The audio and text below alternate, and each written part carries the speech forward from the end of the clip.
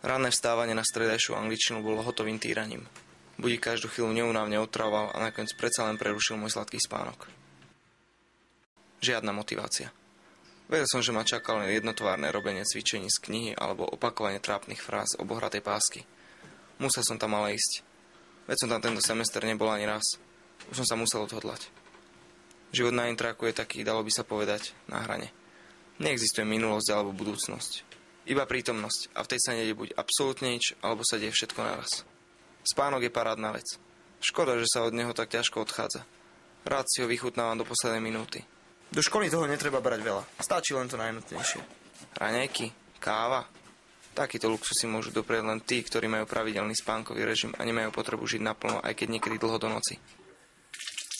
Stačí so sebou robiť aspoň trochu človeka, odstrániť ranný zápach z úst a viditeľné nečistoty a môžeme ísť. Aj tak sa mi brutálne nechce. Času málo, rýchle nohy to zachránia. Ranná rozcvička tiež nie je na škodu. Aspoň sa trošku človek preberie.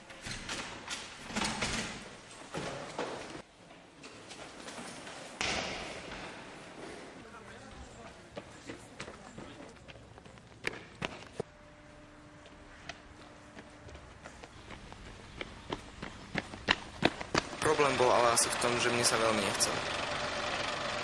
Nikdy sa mi veľmi nechcel. Ešte, že tu mám toľkých známych. Aspoň pokecáme a počkáme spolu na ďalší bus. Keď človeka nevidíte dlhšiu dobu, vždy si je čo povedať. Začne to vždy tými typickými frázami ako čo, ako sa máš, ako sa darí, čo v škole, ako frajerka poslúcha a podobne. Celkom fajn deň, tak prečo sa je v škole? Veď tá anglina bude aj budúci týždeň. Aj tak by som tam len zabíjal čas. Tu je zmyslom života čosi iné.